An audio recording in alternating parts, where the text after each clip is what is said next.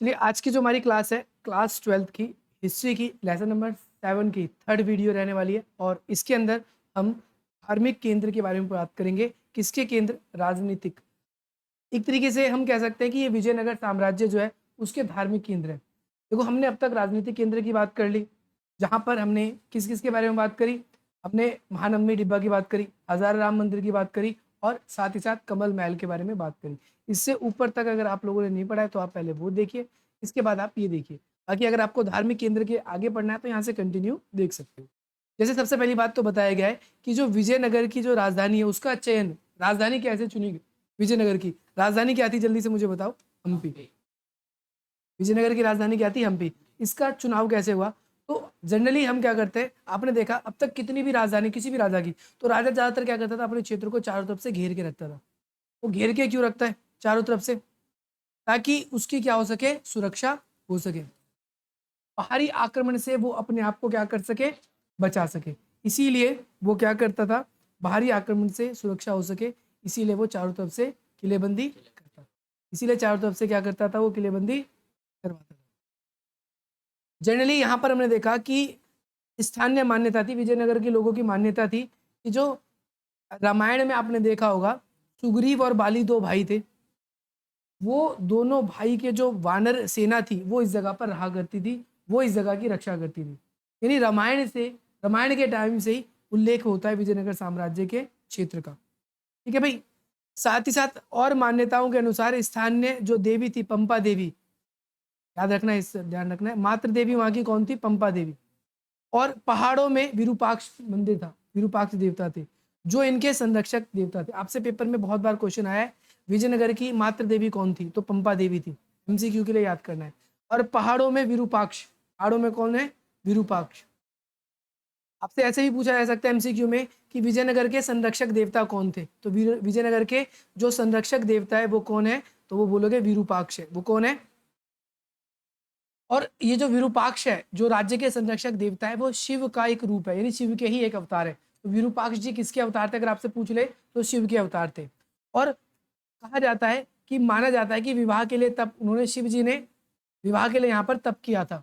तो आज तक यहाँ पर विरूपाक्ष मंदिर में हर साल, जैसे शिवरात्रि मनाते ना हर साल, जहाँ पर क्या कहते हैं, गौरा माता और साथ ही साथ में शिव भगवान के विवाह का जो है, उनकी शादी का फंक्शन मनाया जाता है, या फिर हर साल उनकी शादी को अरेंज करवाया जाता है। इस तरीके से अब मंदिरों में हम आजकल देखते हो, तो ऐसे ही यहाँ पर माना जाता है कि विरूपाक्ष मंदिर में हर साल धूमधाम से विवाह का अवसर सेलिब्रेट किया जाता है। पहली बात तो ये तो हिंदू माइथोलॉजी की बात हो गई। ये जो कर्नाटक है, मैं आपको बता दूं, कर्नाटक में एक तो आपको हिंदू ज्यादा मिलेंगे और दूसरे नंबर पे आपको जैन ज्यादा मिलेंगे, जैन धर्म के लोग। तो जैन धर्म का भी यहाँ पर देखो पूर्वकालीन प्राचीन मंदिर है यहाँ पर जैन धर्म के। दूसरे शब्दों में कई धार्मिक मान्यताओं का संबंध था, यानी और भी धर्म के यहाँ पर जुड़ाव था। जैन के भी प्राचीन मंदिर है यहाँ पर, तो ये भी याद रखना है। इस क्षेत्र में मंदिरों का निर्माण का इतिहास काफी लंबा रहा है, जो कि पल्लव, चालुक्य और होयसाल तथा चोल राजवंश था। यानी कर्नाटक के अंदर जो मंदिर बने, तो ऐसा नहीं है कि विजयनगर के शासकों ने बनाए, इससे पहले के भी बहुत सारे शासक रहे। जैसे बताया पल्लव राजाओं के बारे में, होयसाल के बारे में, पल्लव राजा के बारे में, होयसाल के बारे में, चोल वंश के बारे में।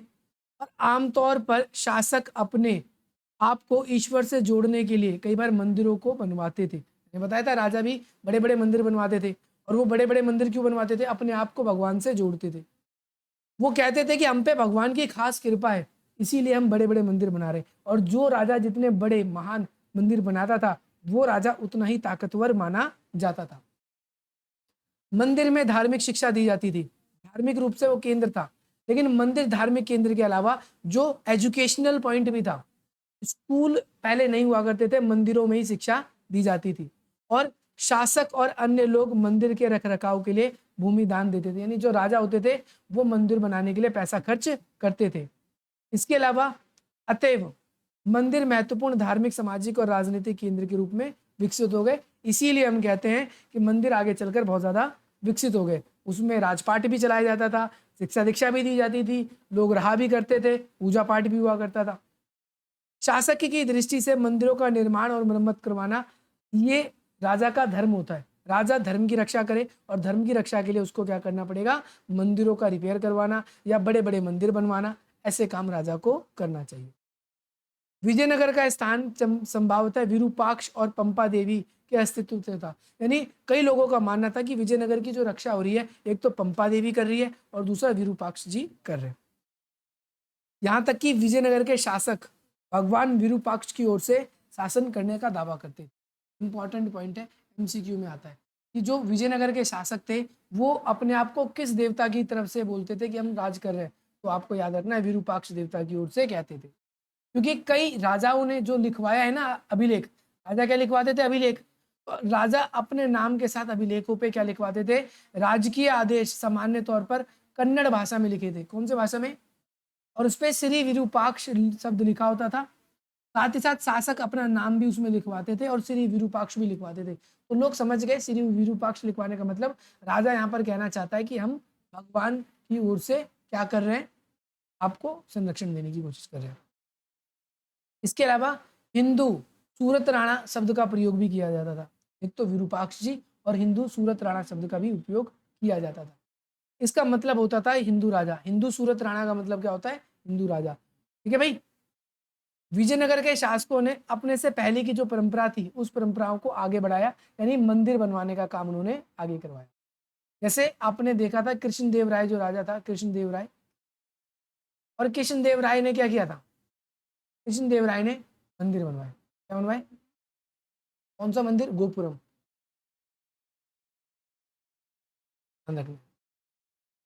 जैसे ये दिख रहा है देखो, गोपुरम और मंडप के बारे में। अब होता क्या था, आपको ये बात तो पता चल गई कि प्रमुख मंदिर या प्रमुख संरक्षक देवता कौन थे। मातृ देवी किसको माना जाता था, आपको ये भी पता चल गया। जो संरक्षक देवता थे इनके, श्री विरूपाक्ष जी, उन्हें वहां का संरक्षक माना जाता था, वो शिव के अवतार थे, ये भी पता चल गया। अब गोपुरम और मंडप के बारे में बात करते हैं। तो गोपुरम किसने बनवाए, पहले तो ये बताओ? कृष्णदेव राय ने। और मंडप क्या होता था? एक मंडप जैसे पिलर टाइप के होते थे, अभी मैं आपको दिखा भी देता हूँ, आपको दिखा भी दूंगा मैप में, इसमें दिखा गया था भाई। मंदिर स्थापित के संदर्भ में कई नए तत्व प्रकाशित आते हैं। इसमें विशाल स्तर पर संरचना बनाई गई, यानी बड़े पैमाने पर मंदिरों की संरचना बनाई गई। इसका सबसे अच्छा उदाहरण है गोपुरम का। चित्र 7.7 देखो, गोपुरम को ही बोलते हैं, गोपुरम को ही बोलते हैं प्रवेश द्वार। क्या बोलते हैं? गोपुरम को ही क्या बोलते हैं? प्रवेश द्वार। क्या बोलते हैं? देखो ये है मंडप। आपसे पूछा जाएगा गोपुरम को क्या कहते थे? प्रवेश द्वार। और ये बेसिकली क्या करते थे, ध्यान रखना, ये छज्जे टाइप के होते थे, पिलर टाइप के, बड़े बड़े होते थे। देखो मैं तुम्हें चित्र दिखाई देता हूँ पहले, क्या आप उसमें देखो, ये पिलर दिख रहा है आपको? जूम आउट कर दूं? ये दूर से ही दिख जाते थे, इतने ऊंचे ऊंचे होते थे। ये देखो लिखा भी हुआ है यहाँ पर, झूलता मंडप। और ये दूर से इस बात का प्रतीक था कि ये क्या है? मंदिर है। दूर से ही हमें इस बात की सूचना देता था कि यहाँ पर क्या है? मंदिर है। देखो लिखा हुआ है कि जो केंद्रीय देवालय मीनार को बोना प्रतीत करते थे, और लंबे दूर से ही मंदिर होने का या मंदिर का ये क्या कर देते थे?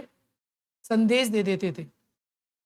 यहाँ पर भी मंदिर है, दूर से ही पता चल जाता था। आज के ज़माने में गूगल मैप ओपन करते हो, जहाँ हॉस्पिटल देखते हो तो एच लिखा होता है, जहाँ मंदिर होता है तो वहाँ ऐसे बना होता है, झंडा लगा होता है, मस्जिद ओम लिखा होता है, या तो अलग अलग एजुकेशनल इंस्टीट्यूट होता है कहीं पर, तो वहाँ पर अलग किताबें बनी होती है, वहाँ पर भाई किताब पढ़ने लिखने की कुछ ऐसी जगह है।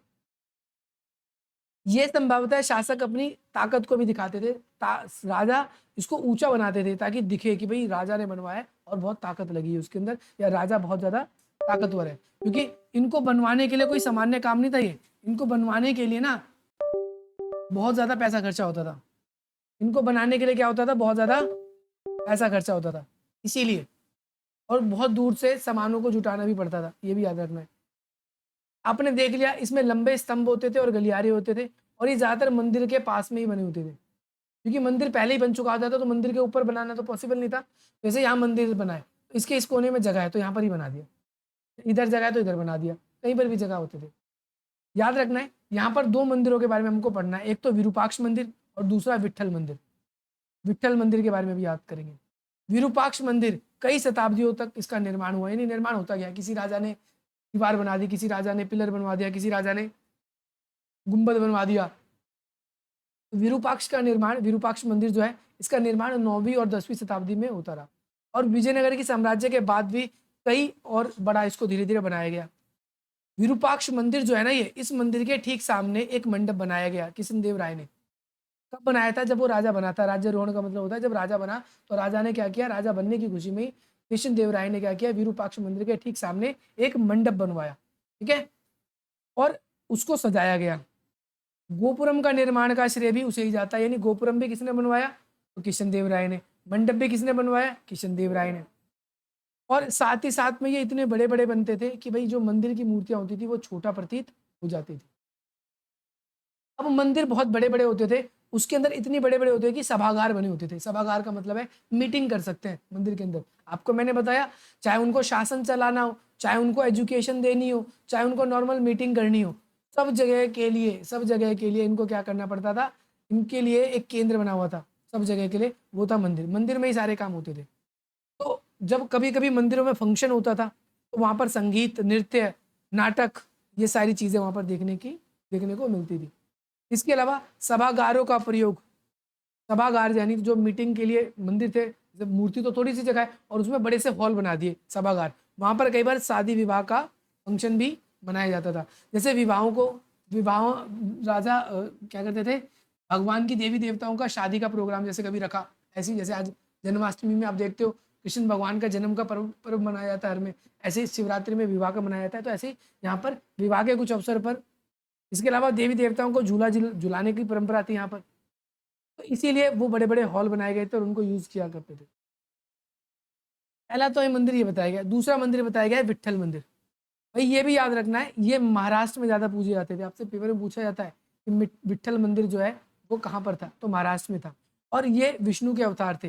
मैंने बताया था श्री विरूपाक्ष जी जो है शिव के अवतार है और विट्ठल महाराज किसके हैं, विष्णु के अवतार है। किसके अवतार है, विष्णु के अवतार है।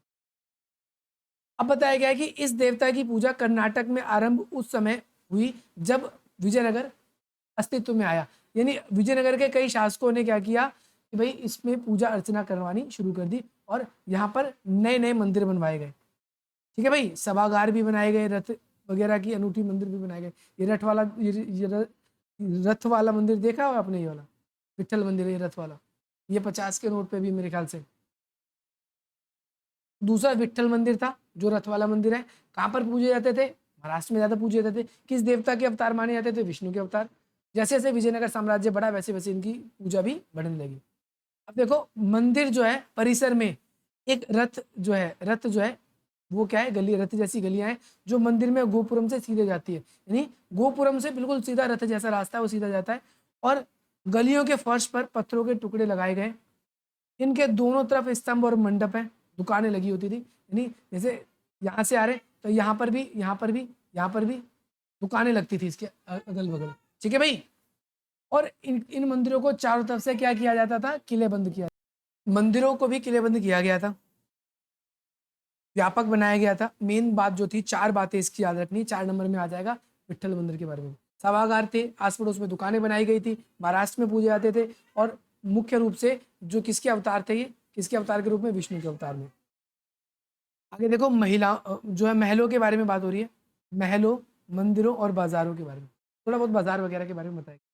विजयनगर के विषय में जानकारी के लिए अगर हम देखें तो हमारे पास नक्शे हैं विजयनगर के, फोटोग्राफ हैं और जो मूर्तियां या फिर वहां पर जो स्ट्रक्चर राजा के द्वारा मंदिर बने थे पहले के, या उन सभी से हमें विजयनगर की जानकारी मिल रही है। लेकिन एक मैकेंजी का नाम आपने शुरू में भी पढ़ा था, मैकेंजी द्वारा शुरू में सर्वेक्षण किया गया। मैकेंजी जो था विजयनगर की साइट पे गया, जब विजयनगर की खोज हुई तो वहां पर गया, वहां पर जाकर उसने देखा कि क्या क्या बना हुआ था और उसने उसके बारे में वृतांत लिखा और अभिलेख देखा। ठीक है भाई, उन अभिलेखों को देखा और 20वीं शताब्दी में इसको क्या किया गया, भारतीय पुरातात्विक सर्वेक्षण और कर्नाटक पुरातात्विक सर्वेक्षण, इसके द्वारा ही तैयार किया गया। पेपर में आता है, पेपर में इसके बारे में भी आ सकता है कि भाई विजयनगर की जानकारी हमें कहाँ से मिल रही है। देखो फोटो से मिल रही है, नक्शों से मिल रही है, संरचनाओं से, मूर्तियों से भी मिल रही है। साथ ही साथ जो एक अधिकारी है मैकेंजी, उसने उस जगह का पूरा विजिट किया, सर्वेक्षण किया और उसके बाद उसने अभिलेख वृत्तांत लिखे। जो भी अभिलेख मिले, वृत्तांत मिले पहले के, उनको स्टडी किया और इसने उसके बारे में लिखा। और क्या किया गया, ध्यान रखना है आप सभी को, 20वीं शताब्दी में इसके बारे में बहुत ज़्यादा लिखा गया। 1976 में हम्पी को राष्ट्रीय जो है संरक्षण का महत्व मिल गया। 1976 में मान लिया गया कि भाई हम्पी भी जो है अपने ज़माने की खास जगह थी, उसको ऐसे भी नहीं छोड़ सकते। जैसे दिल्ली में लाल किला उसको खास माना जाता है, ऐसे हम्पी भी जो है विजयनगर की राजधानी है, कर्नाटक के अंदर है, और वो खास जगह उसको ऐसे नहीं छोड़ सकते। इसके बाद में 1980 के आरंभ में अलग अलग प्रकार के जो है इसके बारे में लेख लिखे गए, बहुत ज़्यादा सर्वेक्षण हुआ, गहन हुआ, और विजयनगर में मिले भौतिक अवशेष को बहुत गहराई से पढ़ा गया। इसके बाद में ये परियोजना का शुभारंभ किया गया, यानी विजयनगर के बारे में पढ़ा गया, और बहुत सारे विद्वानों ने इसके बारे में जानकारी संरक्षित करी।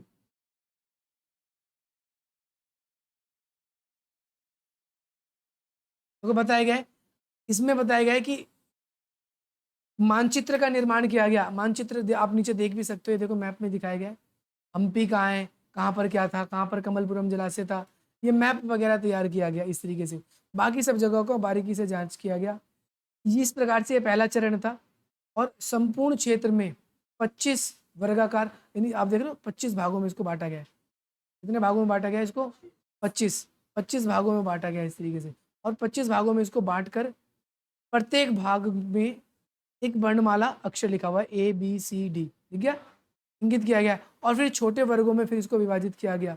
इतना काफी नहीं था, फिर इसे और छोटा, जैसे पहले छोटा बनाया, पूरे साम्राज्य को 25 भागों में बांटा, फिर इसको भी छोटे छोटे भागों में बांटा, फिर इसके अंदर भी छोटे छोटे भागों में बांटा। ऐसा क्यों किया गया, ताकि इसकी डीप से स्टडी की जा सके। यहाँ पर ये बात कही जा रही है, जैसा कि आप देख भी सकते हो इस चित्र के अंदर, ये गहन सर्वेक्षण के लिए किया गया, और छोटे छोटे इसलिए बॉक्स बनाए गए। कहाँ पर, क्योंकि मंदिर इतने मिले, किस जगह क्या चीज़ इंपॉर्टेंट मिलेगी, इसके बारे में बहुत ज़्यादा दुविधा थी, इसीलिए इन्होंने बिल्कुल गहराई से इसका अध्ययन किया। छोटे देवालयों और आवासों को लेकर विशाल पुनर्जागरण किया गया, यानी उसको बड़ा करके बताया गया।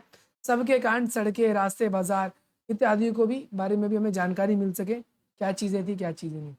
बाजारों के बारे में, मंच के बारे में, इन सब चीज़ों के बारे में हमें जानकारी इस तरीके से मिलती है। भाई देखो इस तरीके से इसमें दिखाया गया है।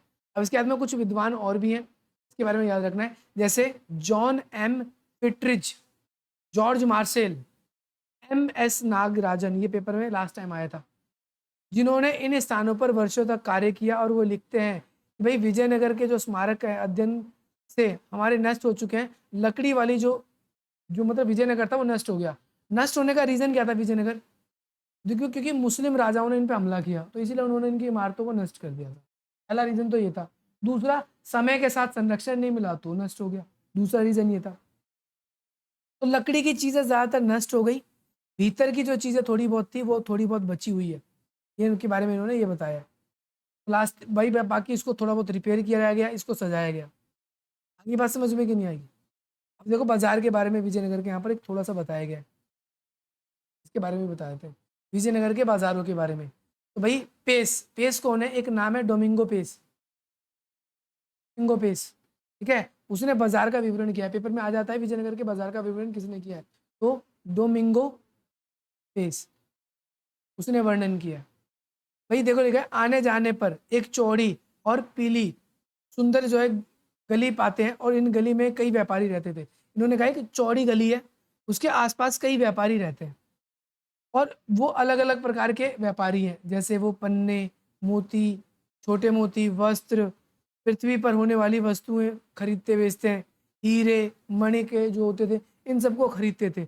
और शाम को आप एक मेला देख सकते हैं जहाँ पर सामान्य घोड़े, है ना, टट्टू ऐसा लिखा हुआ है, और कई तराजू, नींबू, संतरे, अंगूर, इसके फल वाले वृक्ष लगे गए, उनकी कई लकड़ियां मिली हैं। तो लोग समझ गए कि भाई पक्का यहाँ पर बाजार होगा, ये सारी चीजें यहाँ पर मिल रही है। तो यहाँ पर और भी वो कहते हैं कि और सामान्य रूप से शहर का वर्णन विश्व के सबसे अच्छे संभर शहर वाले रूप में करते हैं, जहाँ पर चावल, गेहूं, अनाज, और भारत में मकई, कुछ जौ, सॉस, मूंग दाल, चना, ये खाद्य पदार्थ वहाँ पर मिले हैं, जो कि इसमें बताया सभी सस्ते दामों पर प्रचुर मात्रा में उपलब्ध थे, यानी सस्ते दाम में हमें वहाँ पर इजीली वो मिल जाते थे।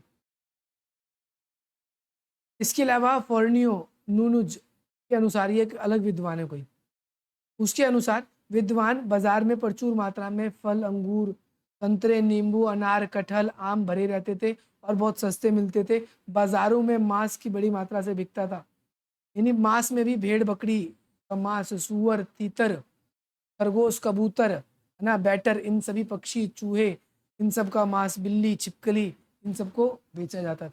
ये बताया गया भाई, विजयनगर के बाजार में ये बेचा जाता था।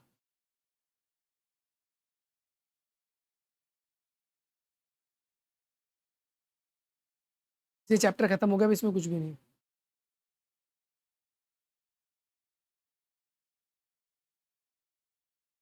ठीक है, ये चैप्टर हो गया कंप्लीट, जिसमें से पेपर में क्वेश्चन आ सकता था, मैंने सारा कुछ बता दिया, बाकी इसमें और कुछ भी नहीं रहा। अगली क्लास जो होगी उसमें हम अपना अगला चैप्टर डिस्कस करेंगे।